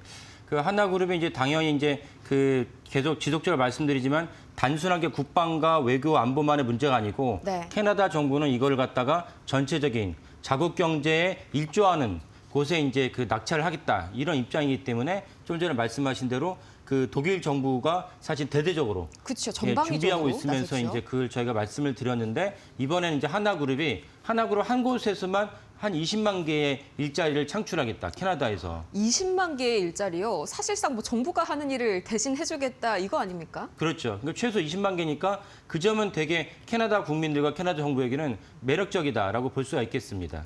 네, 상당히 자세한 내용을 좀 한번 톱어볼 텐데 우선은 뭐 독일의 TKMS 여기도 마찬가지로요. 잠수함만 이제 만들어주겠다 이게 아닙니다. 잠수함을 넘어서 이제 AI와 광물, 뭐 배터리, 히터료까지 풀세트로 좀 준비를 해뒀는데 여기에 우리가 이 일자리 20만 개라는 엄청난 또 카드로 응수를 하게 되는 거네요. 예, 예. 그래서 독일 정부의 카드는 뭐냐면 독일 정부의 카드 중에는 사실은 이제 폭스바겐이 있거든요. 네. 폭스바겐은 사실은 다 알다시피 이제 세계에서 가장 큰 규모의 완성차 기업이기 때문에 이 폭스바겐이 이미 캐나다에 공장을 갖고 있어요. 그래서 공장을 갖고 있어서 거기서 다른 방식으로 추가로 일자리를 창출하겠다는 것이 이제 그 TKMS의 보관입니다. 그래서 우리나라도 저희가 사실 이 보도를 한 지 꽤 오래됐는데 그렇죠. 그 현대차도 사실 거기서 미리 준비를 하고 있고 이 정도의 격이라면은 하나그룹의 김동관 부회장이 현대차의 뭐 정의선 회장을 찾아가서 내가 이제 중요한 잠수함 사업이 있으니까 도와주세요, 형님. 이럴 수 있는 차원이 아니에요. 이거는 국가적인 차원에서 이제 조율을 하기 때문에 우리나라도 일찌감치 그 현대차를 움직여서 이 캐나다 잠수함 수주전. 왜 이렇게 수주전에 우리가 목을 매고 중요하겠느냐? 비록 잠수함 12척이지만은 잠수함 12척이 끝난 다음에 온갖 AS 혹은 이제 MRO로 얘기하는 그런 것까지 다 합치면은 이 수주 규모가 60조 원입니다. 엄청난 규모죠. 그래서 이제 하나그룹이 여기에 대해서 엄청나게 이제 그룹 차원에서 열심히 뛰고 있고 정권도 독일 정부도 똑같은 맥락이기 때문에 독일 정부도 여기에 대해서 맞대응을 하면서 열심히 수준을 위해서 다각도로 움직이고 있다라고 보시면 되겠습니다. 네, 잠수함만 해서 120억 달러, 우리 돈으로 60조 원, 정말 뭐 한 해 예산이라고 할 수 있는 어마어마한 그런 돈이 집행이 됩니다. 그만큼 독일도 정말 칼을 갈고 준비하고 있다고 느낀 게요. 이 독일 TKMS에서 준비한 풀 패키지에는 독일 기업들만 참여를 하는 게 아니라 노르웨이 기업들도 함께 좀 붙어가지고 참여를 하지 않습니까? 우리도 마찬가지로 좀 뭔가 원팀을 꾸리면 좋겠다는 그런 생각이 전 들었는데요. 예, 예. 그래서 우리나라도 이제 저희가 이제 지난번에도 한번 말씀드렸지만은 우리나라도 그 현대차뿐만 아니라 대한항공까지 이제 끼어들어서 같이 이제 수준에 참여하고 있습니다. 대한항공이랑 무슨 관계가 있느냐라고 볼 수가 있는데 왜 대한항공 제조업이 아니지 않느냐 볼 수 있는데 대한항공이 의외로 꽤 이렇게 많은 어떤 짭짤한 이제 그 매출을 올린 데가 이제 우주항공 쪽입니다. 그래서 대한항공이 항공기 제작에도 관여하고 있기 때문에 대한항공이 어떤 식으로 이제 캐나다 수준에 도우려고 하냐면은 캐나다의 대표적인 또 항공사 중에 하나가 이제 본바르디아 항공사였거든요. 본바르디아 항공사랑 이미 군용기 관련해서 이미 협의를 하고 있습니다. 그래서 대한항공이 이번에 그 하나그룹의 이제 그 잠수함 수주전에서 본바르디아 항공을 끼어들어서 역시 현대차처럼 이번 수준에 도우려고 하는 것이 대한항공의 또 입장입니다. 이 때문에 사실은 전체적으로 아까 말씀드린 대로 그 독일에 폭스바겐이 있다면 우리에는 현대차가 있고 독일에는 또 다른 어떤 히터료, 전기차 배터리 부분을 갖다가 도우려고 한다면 우린 여기다가 대한항공까지 끼어들어서 이번 수준에 이제 낙찰을 받겠다는 것이 목표입니다. 네, 한화그룹의 현대차그룹 그리고 대한항공까지 정말 가세한 어마어마한 어베전스 팀이 저희는 준비가 되어 있는데 이제 그만큼 어마어마한 60조 원이라는 거금이 오가는 만큼의 이제 각국의 대통령들이죠. 이 최고 통수권자들이 어떻게 좀 입장을 밝힐지 어떻게 지원을 해줄지도 상당히 중요해 보입니다. 예, 공식적으로는 로이터가 독일 정부에 이렇게 문의했을 때 자기들 취재했을 때는 너네가 이번 수준에 어디도 집어넣고 이런 식으로 하고 있잖아 라고 질문했을 때 독일 정부의 공식적인 입장은 무엇이면 아니 정부가 왜 개개인 민간 기업의 그 매출과 수준에 끼어들 영향 끼치냐 끼칠 수 없다라는 것이 독일 정부의 공식적인 입장이지만 그건 형식적인 거고 물밑에서는 당연히 이제 여기에 대해서 조율하고 있다는 것이 기정사실이고 정설입니다. 여기에 하나 차이점은 무엇이냐면 독일 정부의 어떤 정치적인 어떤 구조는 무엇입니까? 내각제입니다. 그래서 현재 이제 독일은 이제 총리가 이제 전체적으로 조율을 해야 되고 우리나라는 아시다시피 대통령제죠. 그럼 대통령제라는 것은 적어도 이재명 정부의 임기가 앞으로도 4년 더 남았다. 하지만 내각제라는 것은 언제 갑자기 그 해당 정부의 내각의 지지율이 곤두박질 치면 내각 자체가 이제 붕괴된 것이 다반사입니다. 이 점이 사실은 또 변수라 볼 수 있고 이것을 잘 아는 또 독일 정부가 캐나다 정부에 뭐라고 제안했냐면 그렇다면 우리는 재무약정, 20년짜리 재무약정을 갖다 맺어주겠다라고 독일의 또 카드입니다. 그래서 독일의 어떤 총리랑 우리나라 이재명 대통령 사이에서 엄청난 물밑간에서 조율을 하고 있고 양국 수뇌부의 어떤 외교, 국방 안보도 되게 중요하다고 볼 수가 있겠습니다. 여기서 우리나라가 관여할 수 있는 국방부가 당연히 관여해야 되고 외교통상부, 산업부도 관여해야 되는데 해당 부처의 국장이나 과장급이 제일 중요하거든요. 아무리 대통령이 지시하더라도 국장과 과장들이 움직이지 않으면 뭔가 이루어지지 않습니다. 이것이 현실이거든요. 그래서 해당 부처의 국장과 과장급들도 내일이다 생각을 하고 열심히 뛸 때 사실은 우리가 그 충분한 효과를 거둘 수 있다. 그들이 또 뛸 수 있도록 이재명 대통령도 열심히 이제 그들과 같이 인센티브도 제공하고 조율도 해야 된다. 이 점을 또 중요하게 보시면 되겠습니다. 네, 여기에 또 반가운 소식 하나가 추가로 전해졌는데 이제 이번 주에 강훈식 대통령 비서실장이 방산 특사 자격으로 캐나다와 노르웨이를 연이어서 방문을 한다고 합니다. 중요한 게요. 여기 정의선 현대차 회장이 직접 특사단에 합류할 가능성도 상당히 좀 크게 점쳐지고 있는데 이 출장 기간 사이에 뭔가 한화나 현대차의 주가를 크게 움직일 만한 상승 모멘텀이 될 만한 그런 이슈가 나와주지 않을까요? 예. 그래서 강훈식 비서실장이 예전에 UAE도 갔었고 이번에 또 가는데 그 이번에 또 갔을 때 당연히 대통령 비서실장이니까 대통령의 메시지다라고 간주해도 틀리지 않겠죠. 그래서 강훈식 부총리 열심히 뛰고 있는데 만약에 이번 주에 특사단을 통해서 그 캐나다 입장에서 보다 좀 더 이제 그 시그널이 나왔다. 그런 이제 하나그룹의 주가는 올라가지 않을까 싶습니다. 참고로 우리나라에서 잠수함을 만들 수 있는 건 두 곳입니다. 하나오션과 HD 현대중공업인데 원래 원팀을 이루면서 조율을 했어요. 각자로 이제 비딩을 하면은 또 출혈 경쟁이 있을까봐 이미 조율을 해서 하나오션이 메인이고 그 HD 현대중공업은 옆에서 돕는 것을 역할을 했습니다. 그래서 이 부분도 이제 오해 없으시면 되겠습니다. 네, 계속해서 관련된 이야기를 팔로우 저희가 도와드리겠고요. 이어서 이제 현대차 이야기에 조금 더 포커스를 맞춰보도록 할까요? 지난주 금요일에도 현대차가 정규장에서 3% 가까이 급락했고요. 또 이어서 애프터마켓에서도 상당히 비슷한 폭으로 급락이 나왔더라고요. 관련된 이슈가 이제 노조죠. 로이터에서 상당히 좀 비중 있는 기사를 냈다고요. 예. 그 결국은 올해 이제 1월 달 들어서 YTD 관점에서는 현대차 주가가 작년에 우리나라 5,000비를 이끌었던 가장 중요한 원동력이 반도체 아니겠습니까? 그래서 삼성전자, SK하이닉스의 수익률을 갖다가 적어도 올해만 보면은 현대차가 압도적으로 높다라는 네. 것을 이제 많은 분들이 아실 텐데 정확하게 지표를 본다면 지난주 금요일날 종가 기준했을 때 현대차의 YTD가 1월 2일부터 금요일날 종가까지 이제 한국 KR에서 기준했을 때 YTD가 무려 70% 넘습니다. 엄청난 숫자죠. 현대차 주가는 잘 안 주기로 유명한데 엄청난 YTD 보였고 그러면 삼성전자 하이닉스 어때요? 삼성전자 하이닉스도 올라갔어요. 삼성전자 하이닉스도 한 15% 내외 정도 올라갔죠. 특이한 점은 SK하이닉스가 작년에는 거의 240% 정도의 수익률을 거뒀는데 적어도 올해만큼 SK하이닉스 YTD가 심지어 코스피보다 낮다라는 것을 이채롭게 합니다. 그래서 현대차가 이 정도로 엄청난 수익률을 자랑하게 되는데 이유는 다 많은 분들이 아시겠지만 CES에서 현대차가 휴머노이드 로봇 아틀라스를 선보이면서 많은 국민들이 아니 현대차가 로봇을 하는 줄 알았지 이렇게까지 잘하고 있었어? 라고 이제 놀라면서 그 현대차 주가를 엄청나게 뛰었습니다. 현대차 주가는 제가 지난번에 말씀드렸지만 한 가지 불안한 점이 있었는데 그것은 바로 외국인들은 엄청나게 팔았다는 것입니다. 그래서 현대차 이 엄청난 주가의 상승은 개인들이 올렸는데 결국 가장 중요한 것은 현대차가 세계 3위 완성차 기업이지만 완성차보다는 새로운 신성장 동력으로 로봇도 있다는 점을 주목하면서 현대차 주가 올라갔다. 그래서 이 아틀라스가 중요한데 노조가 반대를 했다는 것이 알려지면서 주가가 떨어지는 그런 계기도 됐습니다. 네, 그럼 여기 이슈에 대해서 아니 노조가 이렇게 입장을 밝힌 게 충분히 뭐 그들 입장에서는 그럴 수 있는데 이게 과연 주가 하락이 이 정도까지 되는 게 맞는 건가? 이렇게 심각한 일인가 의문을 가지시는 분들이 아직도 좀 계신 것 같더라고요. 그런데 이 노조의 파워가 어마어마하다고 들었습니다. 예.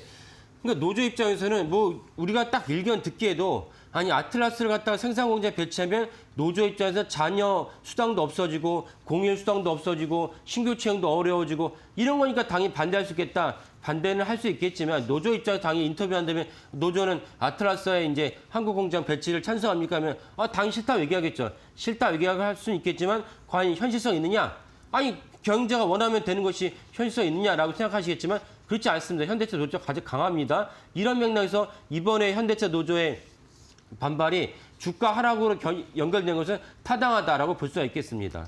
네, 지난주에 이제 현대차 노조가 차종 생산까지 좀 관여를 한다 이렇게 말씀을 주셨는데 뭐 실제로 그런 사례가 있나요? 예, 그 대표적인 것이 무엇이냐면은 비록 현대차에 생산한 차종은 아니지만 텔루라이더가 있습니다. 텔루라이더는 이제 텔루라이더요. 대형 SUV인데 그 2020년에 미국 최고의 완성차로 선택이 됐어요. 이거는 어마어마한 겁니다. 사실 어마어마한 거고 훈장과 같은 일인데 정작 텔루라이더가 한국에서 볼 수가 없습니다. 심지어 네티즌에 어떤 얘기가 나오냐? 야, 우리 텔루라이더 봐서 너무 기뻐하라 하지만 사실 텔루라이더 아니었습니다. 무슨 말이냐? 미국의 최고의 완성차 기업인데 대형 SUV죠. 완성차인데 왜 이제 텔루라이더를 한국에서 볼 수 없냐? 지금 화면에 나오는 게 그때 2020년에 올해 완성차로 선정됐던 그런 어떤 훈장과 같은 일을 갖다 볼 수가 있는데 포스터인데 근데 왜 텔루라이더를 볼 수 없느냐? 기아차 노조가 텔루라이더의 한국 생산을 반대했어요. 차종 생산까지 노조가 관여한다는 것을 알 수 있는 단적인 사례입니다. 그렇다면 차종 생산도 이제 노조랑 협의를 해야 되는데 노조가 이 차종은 생산할 수 없습니다. 그러면 생산 못 하는데 노조가 아틀라스의 현대차의 한국 공장 배치는 안 됩니다. 라면 안 된다는 것입니다. 이 점은 사실 되게 심각한 일이고 우리나라 국민들도 이 점에 각성하면서 아니 노조가 이렇게까지 관여한 것이 맞느냐라고 보셔야 되지 않나 싶습니다. 네, 어떻게 보자면은 현대판 좀 러다이트 운동이다 이렇게 좀 비유를 해볼 수가 있겠는데 뭐 당연히 이게 좀 월권이 아니냐 이런 좀 비판의 목소리도 좀 나오고 있죠. 예, 그렇죠. 그래서 월권이고 비판적 시각인데 이거는 사실은 좀 더 이제 문명사정의 시각으로 봐야 된다고 좀 전에 말씀하신 건데 네. 예를 들면 우리나라가 전 세계 전 인류를 봤을 때 사람의 노동력으로 엄청난 어떤 일을 하고 생산을 했을 때 노동력 대신에 등장한 것이 증기죠. 증기 기관으로 사실 노동력을 대신할 수 있어서 이게 산업혁명인데 예를 들면 이제 대표적인 경우가 예전에는 주로 범선 바람으로 이제 배가 큰 배가 오고 가면서 곡물도 싣고 다른 것을 운송했는데 그때 아니 언제까지 우리가 바람의 힘을 빌어댔냐? 바람이 없으면 어떻게 할 것이냐? 그래서 증기기관선이 나왔어요. 증기기관선이 나왔는데 당연히 범선 노동자들이 엄청나게 반발을 했죠. 반발을 했지만 시간이 지나면 지날수록 결국 노동자 한 명이 범선의 노동자 한 명이 노를 지어서 운송할 수 있는 것이 증기기관선보다는 비교가 안 되니까 점진적으로 범선은 퇴주하고 증기기관선 대체했습니다. 그리고 또 다른 러라이트 운동이라는 것이 무엇이냐면 증기기관선 말고 방직공장에서도 사람이 일일이 다 그 직무를 갖다 제조했는데 사람의 힘이 아닌 증기기관의 힘을 했을 때 방직공장의 효율성이 엄청나게 좋아졌습니다. 결국 어느 지금 세계에서 방직공장이 사람이 다 일일이 하고 있습니까? 다 이제는 이제 증기기관단이 전기를 하고 있죠. 이런 맥락에서 봤을 때 결국은 그 시대적인 흐름이 로봇이 자동차 생산 공장에 배치된 것은 시대적인 흐름이고 거부할 수 없다. 이 점을 노조가 받아들이면서 물밑에서 협상을 해서 결국은 어느 정도 고통 분담 차원에서는 결국 노조의 배치를 갖다가 수용해야 되지 않나라고 생각을 합니다. 네, 이 로봇 도입 자체가 좀 생산성과 직결되는 문제이기 때문에 여기에 대해서 우리가 얼마나 좀 속도를 둔화가 이루어질 수 있을지 이 부분도 상당히 좀 우려가 되는 부분입니다. 이제 또 민주당 정부는 친노조 성향이잖아요. 여당 측면에서는 상당히 좀 고민이 많을 텐데 사실상 올해 5,000피의 주역이라고 할 수 있는 현대차 주가 차트가 상당히 좀 섬찟한 그런 모양이었죠. 여기서 정부가 과연 어떤 편을 들어줄지가 좀 관건이겠네요. 네. 그래서 어떻게 보면 다행이다 싶은 게 만약에 이 이슈가 전임 정부였던 윤석열 정부 시절 국민의힘 여당 시절에 이 이슈가 터졌다면 당연히 윤석열 정부는 이 민노총에 대해서 강력하게 응징을 하면서 강경 모선을 취하겠지만 그나마 다행인 것이 무엇이냐면 이번 정부, 민주당 정부는 친노조 정부라고 우리가 다 알고 있습니다. 그렇다면 그나마 민노총을 설득하기가 좀 쉽지 않나. 그래서 당연하게 이제 강경 노선보다는 유화책을 제시하면서 결국 제일 중요한 것은 무엇인가? 성과죠. 성과라는 것은 아틀라스를 갖다가 현대차 공장에 배치하는 것이 중요한 것이고 이 점에서는 그래도 이제 민노총의 반발을 갖다가 그나마 좀 이렇게 누그러뜨리면서 현실적으로 될 수 있는 그런 정부가 아닐까 싶습니다. 그래서 결국은 이재명 대통령이나 고용노동부 장관이나 산업부 장관 등이 결국 민노총을 찾아가서 다른 어떤 인센티브를 제공하면서까지 아틀라스를 갖다 배치하는 것을 갖다가 이런 중요한 고비를 넘어서지 않을까 그렇게 전망을 합니다. 네, 또 여기에 이번 주에 상당히 중요한 게 현대차가 이번 주 29일에 실적 발표를 좀 앞두고 있죠. 이게 매출은 양사 모두 현대차, 기아 모두 역대 최대를 좀 기록할 예정인데 문제가요. 영업이익이 좀 전년비 감소할 것이다. 이런 전망이 현재 우세하더라고요. 이번에 실적 발표가 좀 현대차 주가에 뭔가 큰 변동성을 야기할지 또 정전에 말씀 주셨던 그 노조 관련 리스크에 대한 사측 입장이 좀 관련해서 나오지는 않을지 이 두 가지가 제일 궁금하네요. 예, 결국 이제 실적이라는 주가라는 것도 어느 정도 알려졌기 때문에 이미 주가에 선반영이 된 것이고 제일 중요한 컨퍼런스 콜에서 당연히 애널리스트나 기자들이 여기 질문했을 때 아타에서 그렇게 호평을 받았는데 너네 미국 경제만 배치하는 거야? 한국 경제만 배치하지 않아? 라는 질문이 나올 것이고 거기서 현대차가 그전에 뭔가 이렇게 그 시장에다가 소망을 주는 그런 멘트를 할 수 있다면 주가 다시 올라갈 것이고 현대차가 아니 뭐 다 아시다시피 우리가 노조가 참 완고해서 우리가 쉽지 않습니다라고 이제 나오면 좀 주가의 반등은 좀 어렵지 않을까라고 전망을 합니다. 네, 관련해서 사측의 코멘트까지 챙겨봐야 하는 이 현대차 이번 주 실적 발표입니다. 참고하시기 바라고요. 이렇게 해서 조호진 타키온 대표와 함께 오늘도 히든글로벌 자세하게 분석해봤습니다. 좋은 말씀 고맙습니다. 예, 감사합니다.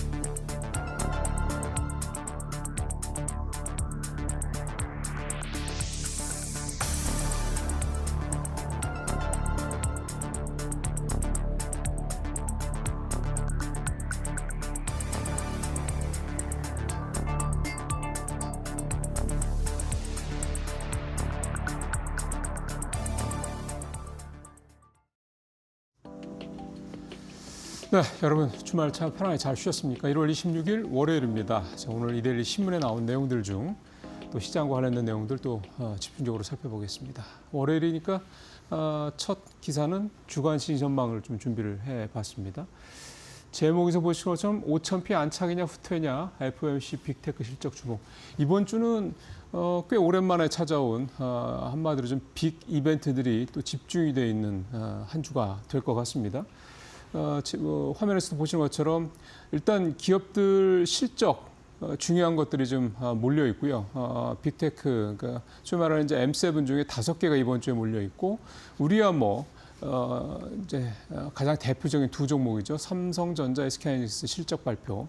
물론 삼성전자는 월 초에 잠정 실적 발표를 해서 매출 93조, 그다음에 영업 20조 얘기는 나왔죠. 이제 중요한 거는 이제 이 20조가 여기에서 차지하는 이제 반도체 부문의 그 실적이 정확하게 얼마인지 또 그 중에서 또 뭐 HBM과 그다음에 레거시 쪽 차이가 상황이 좀 어떤지 이런 부분들도 중요할 것 같고요.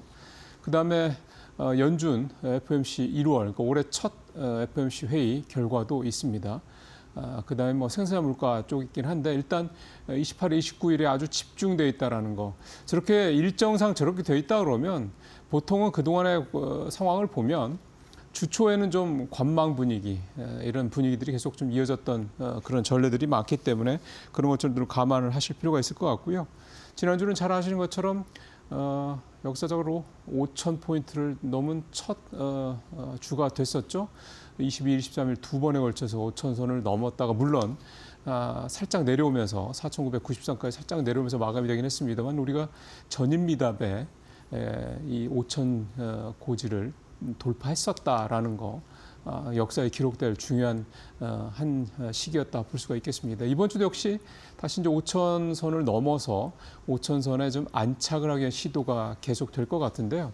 뭐 주초는 말씀드린 대로 아무래도 주 중반 이후에 몰려 있는 대형 이벤트들 때문에 좀 신중하고 경계감을 갖는 어떤 그런 상황들이 이어질 것 같긴 합니다만 아무래도 특히 우리 같은 경우는 이제 29일 날 발표될 삼성전자, SK하이닉스의 실적 내용에 따라서는 반도체 랠리가 더 갈 수도 있고 일각에서는 이런 것들이 이미 주가에 반영이 돼 있기 때문에 실적 발표가 나온 다음에 세론이 나올 수 있다 이런 얘기도 분명히 있습니다. 항상 그렇죠. 뭐 일단 실적의 이 상황 규모가 우리가 생각했던 거 이상으로 나올지 소위 말하는 어닝 서프라이즈가 될지 여부 이걸 주목해서 좀 봐야 될 것 같고요. 뭐 FMC는 이번 달은 동결 가능성이 좀 굉장히 높기 때문에 아무래도 과거보다는 지난해 뭐 12월에 이때보다는 주목도는 좀 떨어지는 것 같긴 합니다만 역시 파월 의장 언급 주목을 해야 될 것 같고 제가 봤을 때 이번 주는 환율을 좀 눈여겨보셔야 될 것 같습니다. 지난주 금요일 날 원달러 환율이 좀 하락을 했던 배경을 보면 미국과 일본이 동시에 시장 개입에 나섰다는 점이 있습니다. 특히 일본은 아주 이례적으로 다카이치 총리가 직접 구두 개입을 이게 굉장히 그 최근 2, 3년 사이에 거의 뭐 드문 케이스라고 그러더군요. 어떻게 보면 다카이치 총리의 이 그립이라고 그러죠.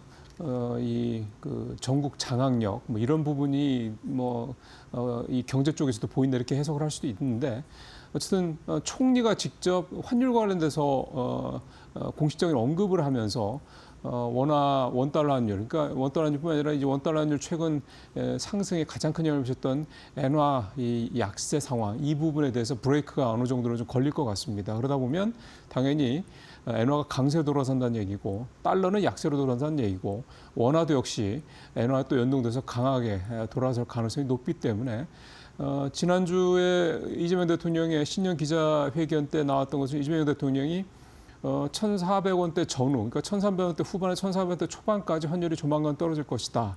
물론 뭐 두세 달이라는 표현을 하긴 했습니다. 그거는 사실은 약간 좀 너무 이제 시기를 구체화하면은 시장에서도 영향이 있기 때문에 그렇게 얘기를 했던 것 같고요.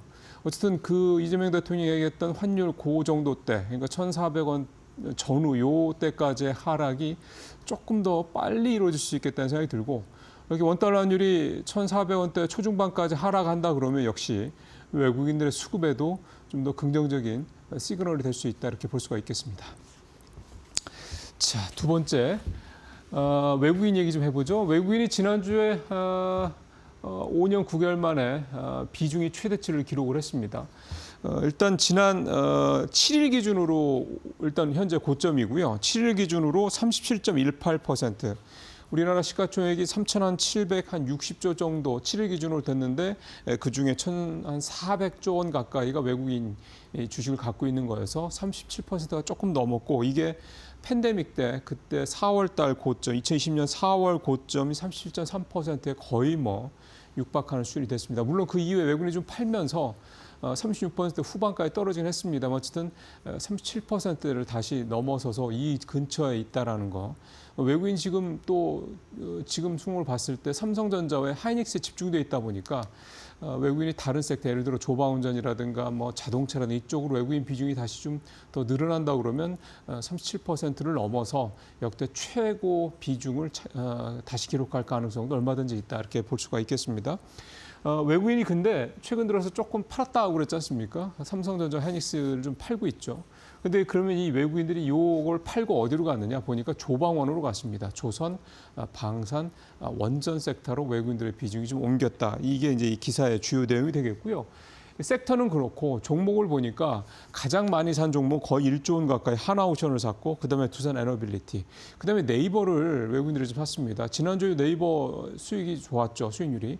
역시 이제 외국인의 집중적인 매수 덕분이다라고 볼 수가 있겠고 그다음에 현대중공업, 셀트리온, 하나에어로 그러니까 조방원전이 골고루 조방원전의 이 대형주들, 대장주들이 거의 다 그대로 들어가 있다 이렇게 볼 수가 있겠습니다. 그다음에 판 거는 현대차, 그다음에 삼성전자, 하이닉스 순으로 외국인들이 좀 팔았고요. 어쨌든 여전히 삼성전자, 하이닉스에 좀 치중돼 있는 부분들이 아직도 있기 때문에 삼성전자, 하이닉스를 외국인이 팔더라도 그게 비중을 뭐 절반 이하로 이루어지는 않을 것 같고요.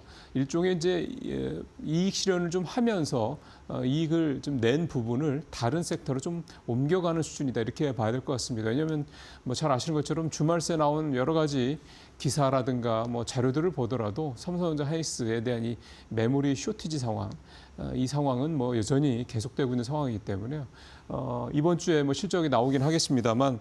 지금 뭐 상황 봐서는 뭐 잠시 후에 좀 더 자세히 말씀드리겠습니다만 실적 어떤 상승세는 여전하기 때문에 외국인이 또 다시 이제 일정 시점이 지나서 삼성전자, 하이닉스 쪽으로 다시 매기가 옮겨올 가능성도 얼마든지 있다 이렇게 좀 봐야 될 것 같습니다.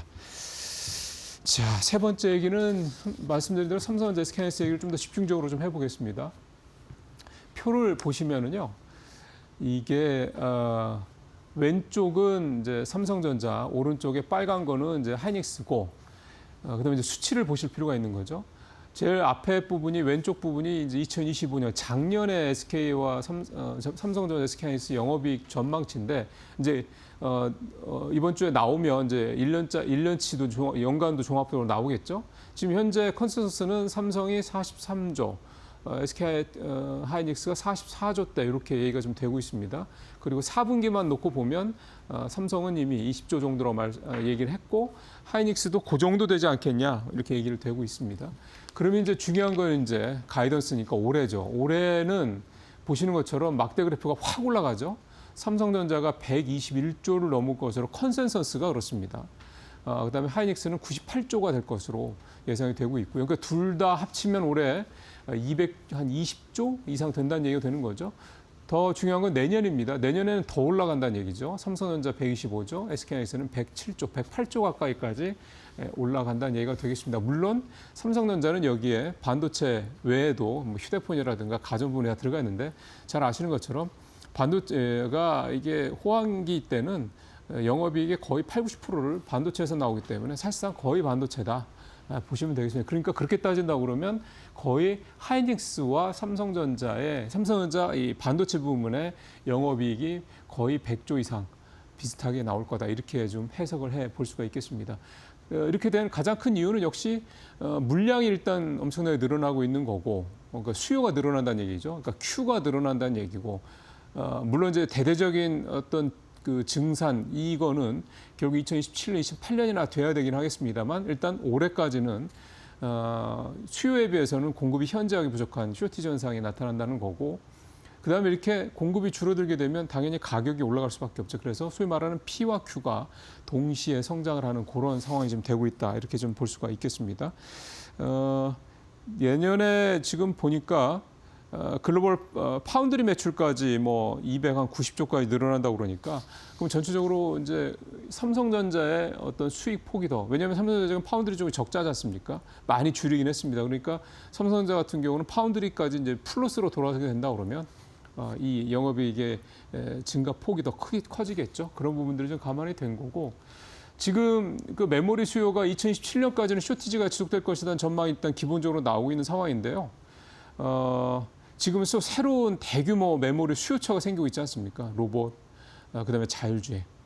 이것까지 좀 앞으로 계속 성장할 것을 감안한다 그러면 뭐 공급 쇼티지 이 문제와 좀 별개로 이 메모리 칩의 즉 레거시 D램 또 HBM의 수요는 뭐 앞으로도 쉽게 이게 사그라들 것 같지는 않다. 그럼 이 얘기는 무슨 의미냐면 이제 반도체라는 거, 즉 메모리라는 거는 시클리컬, 그러니까 이 계절적으로 뭔가 이렇게 사이클에 따라 움직이는 그런 시장이 아니라 산업이 아니라 계속해서 우상향을 하는 그 우상향의 폭이 좀 뭐 연마다 좀 다를 수는 있겠습니다만 계속해서 우상향을 하는 우리가 가장 바라는 그런 모양새로 갈 가능성이 높다. 그렇게 되면 삼성전자나 하이닉스 같은 이런 메모리 이 종목들은 메모리 중심의 이런 회사들은 우리가 생각하는 이제 소위 말하는 이제 뭐 완전히 그냥 성장주 이 개념으로 계속해서 갈 수 있다 이런 얘기가 좀 되는 거죠. 그런 면에서 우리가 투자하기가 참 편해질 수 있다 이런 생각도 듭니다. 물론 우리 경제도 우리 국가의 부도 훨씬 더 성장을 하는 건 뭐 불문가시겠죠.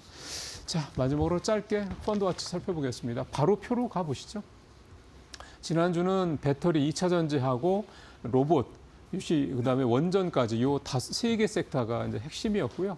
역시 또 레버리지 같은 섹터라도 레버리지 상품들의 수익률이 훨씬 높은 그런 모습들이 나타났습니다.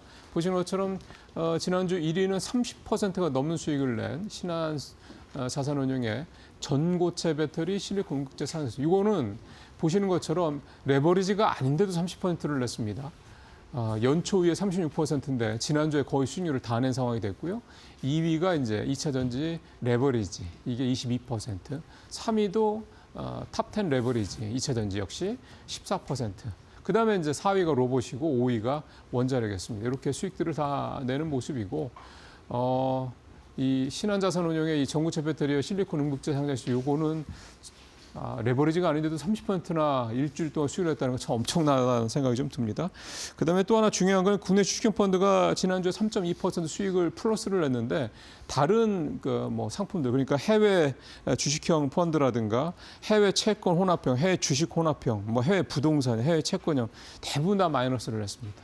그러니까 지난주에 우리나라 시장이 얼마나 또 글로벌하게도 우리나라 주식형이 그러니까 ETF 상품의 수익률이 얼마나 강했는지 다시 한번 또 보여준 그런 한 주였습니다. 마치겠습니다.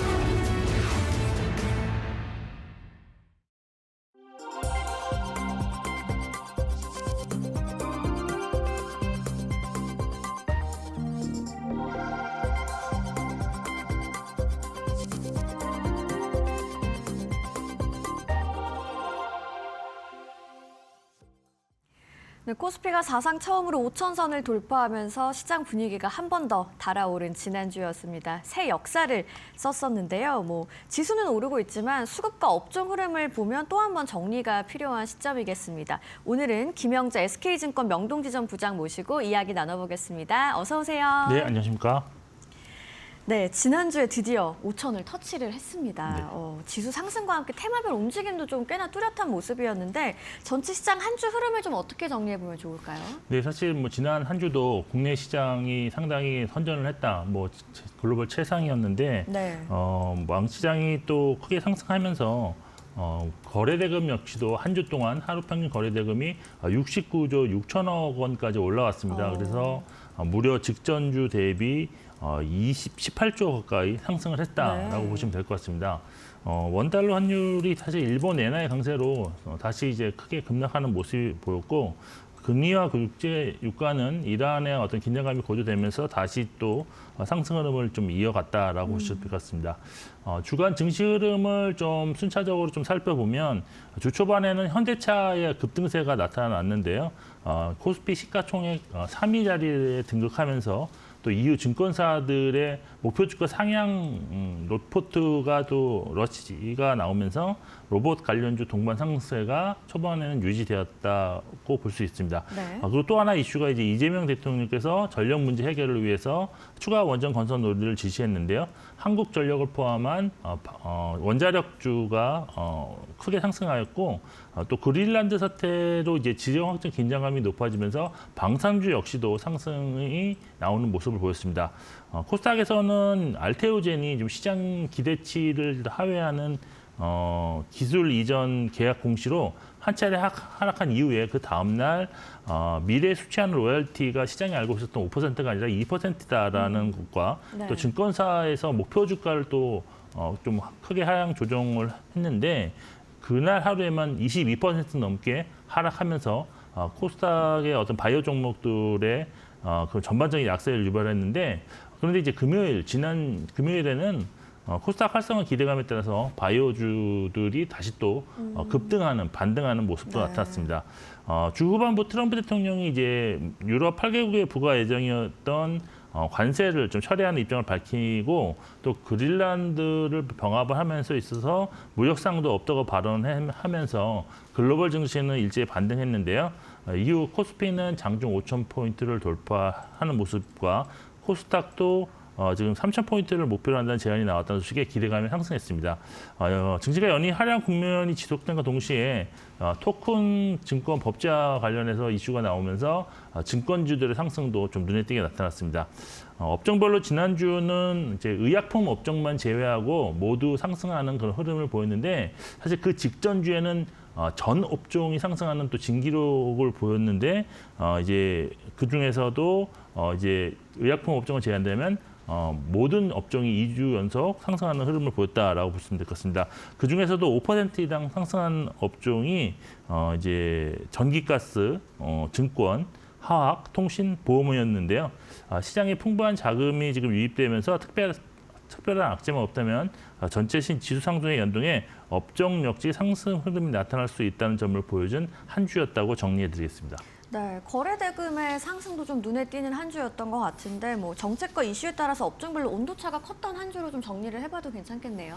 네, 뭐 그렇습니다. 사실 뭐 이게 순환매가 좀 빠르게 진행되면서 그동안 이제 돈의 흐름이 좀 빠르게 지금 진행되고 있다. 특히 주목할 만한 건 주 후반에 이제 코스닥이 크게 상승했던 함으로 인해서 한 주간 코스피 대비 상승률이 오히려 더 높은 한 주가 되었다. 그래서 이런 거 사실 최근에 보기 힘든 그런 장면이었기 때문에 네. 이제 코스닥에서도 조금 어떤 순환적으로 매수세가 들어올 가능성을 좀 염두에 두실 필요 있지 않을까라고 보고 있습니다. 알겠습니다. 정말 보기 드문 장면을 연출했던 지난 한 주였는데 지수가 상승한 것과 달리 좀 외국인 수급은 조금 복잡한 느낌입니다. 지난주 외국인 흐름은 좀 어떻게 보셨나요? 네, 사실 양시장에서 외국인이 모두 순매도를 기록했는데 네. 이게 순매도를 동시에 한 건 이제 2주 연속입니다. 근데 여기서 보시면 코스피가 3,400억 순매도 금액이 크지 않았고요. 또 코스닥이 이제 420억 원 순매도였는데 사실 그 전날까지는 순매수였다가 이제 막판에 이제 420억 순매도로 전환됐는데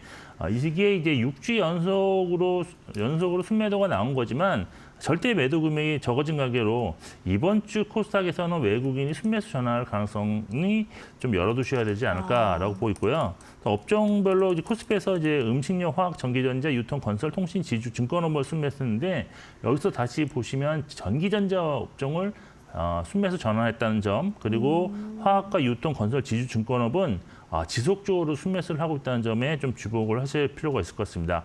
코스닥 같은 경우는 로봇주를 또 한 주 만에 또 순매도로 전환시켰고 이런 걸 본다면 아직은 코스닥에서는 매매 방향성이 뚜렷하지 않다는 점도 알 수 있었고 종목으로 본다면 이제 코스피에서 이제 네이버, 삼성전자, APR이 순매수 상위 종목에 이렇게 됐는데 네이버를 포함해서 카카오 역시도 순매수가 오랜만에 나타난 특징이 있었습니다. 순매수 상위 종목에는 현대, 기아, 현대차, 기아, SK하이닉스였는데 여기에 조금 이제 아주 최상위 종목은 아니지만 상위 종목군에 현대글로비스가 있어서 단기 급등한 현대차 그룹주를 확실히 순매도하는 경향이 뚜렷하다라고 할 수 있습니다. 코스닥에서 순매수 상위 종목에는 ABL 바이오, 레인보우 로보틱스, 실리콘2가 있었는데 업종과 마찬가지로 아직도 방향성은 뭐 확실히 나타나지 않고 있고 순매도 상위 종목은 알테오젠, 휴림로브, 에코프로가 있는데 이 역시도 순매도가 연속적으로 나오는 종목 아니라는 특징이 있었습니다. 전반적으로 이제 이번 주는 실적을 발표하는 반도체 대형주들에 대한 외국인 매매 방향성과 또 코스닥 대장 알테오젠의 수급 상황이 외국인 수급 관련해서는 관전 포인트가 될 가능성이 있다라고 보고 있습니다. 그렇다면 뭐 이번 주는 외국인 수급을 좀 반도체랑 바이오 쪽으로 나눠서 봐도 괜찮을까요? 사실 반도체랑 바이오를 이제 주목하는 이유는 네. 반도체 같은 경우는 이번 주에 실적 발표가 있는데 그 실적 발표 전후로 컨퍼런스 콜을 듣고 외국인들이 어떻게 이제 행동할 것이냐가 상당히 중요한 키포인트가 될 것 같고 바이오 같은 경우는 이제 코스닥에서 이제 더 상승을 추가 동력으로 잡을 수 있는 거는 결국은 시총 상위 바이오 종목들에 대한 어떤 외국인 수급이 어떻게 유입되느냐가 중요하다라고 보고 있습니다. 네, 알겠습니다. 지난주에 코스피 5,000 터치하면서 시장이 굉장히 환호를 했었는데 지금 흐름이 계속 이어질 수 있을지도 궁금하고요. 지금의 상승 흐름을 좀 어떻게 바라보면 좋을까요? 네, 사실 지금의 상승 흐름은 코스피 같은 경우는 조금 쉬어갈 수 있는 국면, 그렇지만 코스닥은 오히려 추가 상승할 수 있는 국면에 놓여 있다라고 정리를 먼저 해드리고 싶은데요. 올해 코스피가 지금 역대 두 번째 기록인 12거래일 연속 상승을 포함해서 무려 이제 올해에만 18.4% 상승해서 글로벌 1위 수익률을 기록 중인데 작년 말부터로 또 보면 5주 연속 상승을 기록 중에 있습니다. 지난 금요일 날 장중에 5,000포인트를 돌파했고 이번 주 종가 기준 5,000에 안착할 가능성이 높다고 보고 있는데 네. 이렇게 지속적인 상승세를 유지할 수 있다는 가장 큰 원동력은 결국 증시로 꾸준한 자금이 유입되고 있었다라고 볼 수밖에 없는데요. 지난 21일 기준으로 지금 고객 예탁금이 96조 3천억 원을 기록을 했는데 역대 최고 기록을 또다시 경신한 것이고 또 이제 지수 상승세와 연동한 지금 예탁금 증가가 꾸준하게 진행되고 있다는 점에서 결국 고객 예탁금 100조 원 돌파가 좀 이렇게 단기적으로도 기대할 수 있다라고 볼 수 있습니다.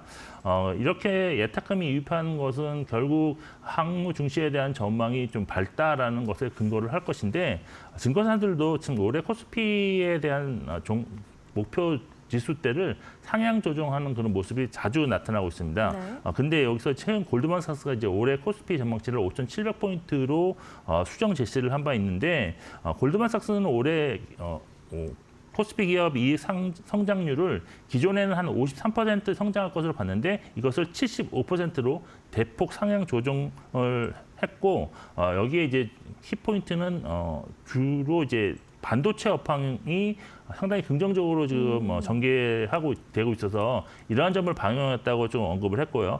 또 증시 상승에도 불구하고 이익 추정치도 동반 상승하면서 지금 밸류에이션 수준으로 볼 수 있는 12개월 선행 PER은 역사적 평균 수준에 지금 머무르고 있다는 점이 추가 상승에 대한 기대감을 좀 볼 수 있다라는 거 분석을 했습니다.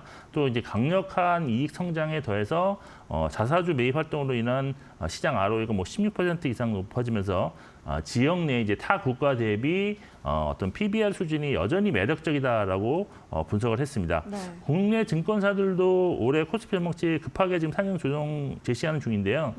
최근에 하나증권이 이제 5,600포인트, 한국투자증권 5,560, 삼성증권도 이제 5,400포인트로 상향 조정했는데 보면 이제 적게는 500포인트에서 많게는 1,000포인트 정도를 상향하는 모습이 나타나고 있는 중입니다.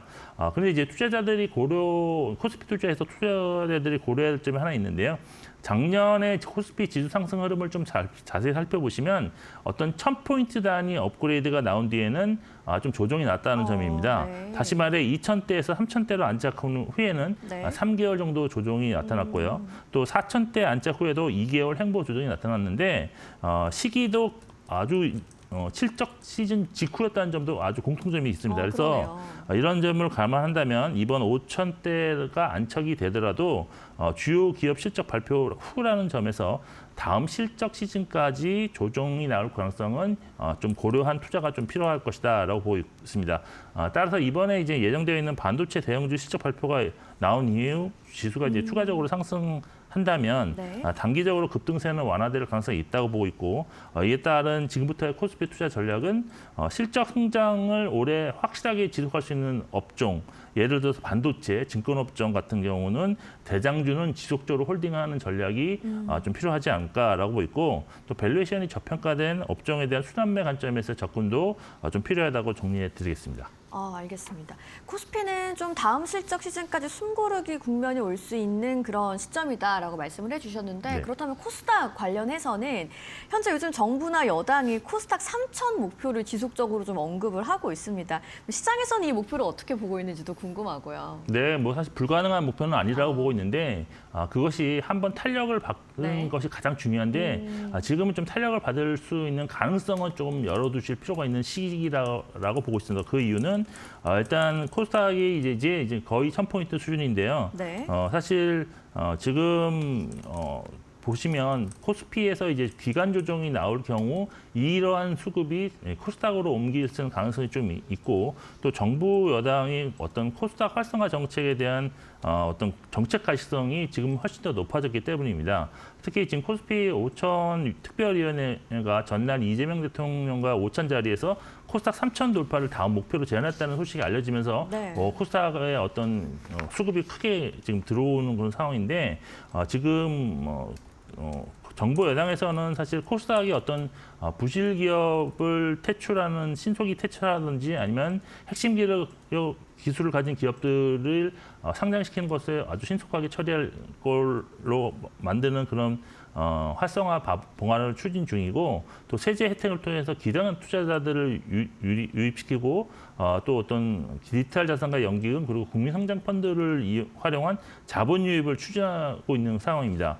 이에 이제 지난 금요일 날 수급 보시면 기관 투자자들이 9,900억 원 순매수를 보였고 그리고 이에 코스닥 시총 15인의 모든 종목이 상승하는 또 흐름을 보였습니다.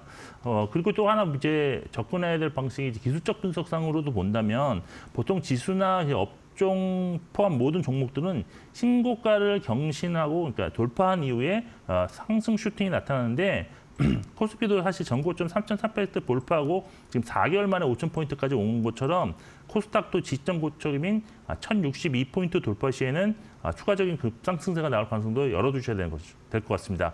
그래서 이제 코스닥이 3,000까지 도달하기 위해서는 시가총액 상위 종목들에서 어떤 대장주가 분명히 나올 것으로 보이는데 현재 코스닥 시총 상위 종목들은 분포도를 보시면 바이오, 2차 전지, 소재, 로봇, 의료기기, 반도체 소부장으로 지금 구성되어 있습니다. 네. 이점 가장 먼저 떠올려야 될 아이디어는 바이오 상승 없이는 코스닥 3,000은 불가능하다라는 것인데요. 네. 이는 많은 지금 투자자들 사이에서 절대적인 진리로 공감대가 일단 형성되어 있는 그런 상황입니다.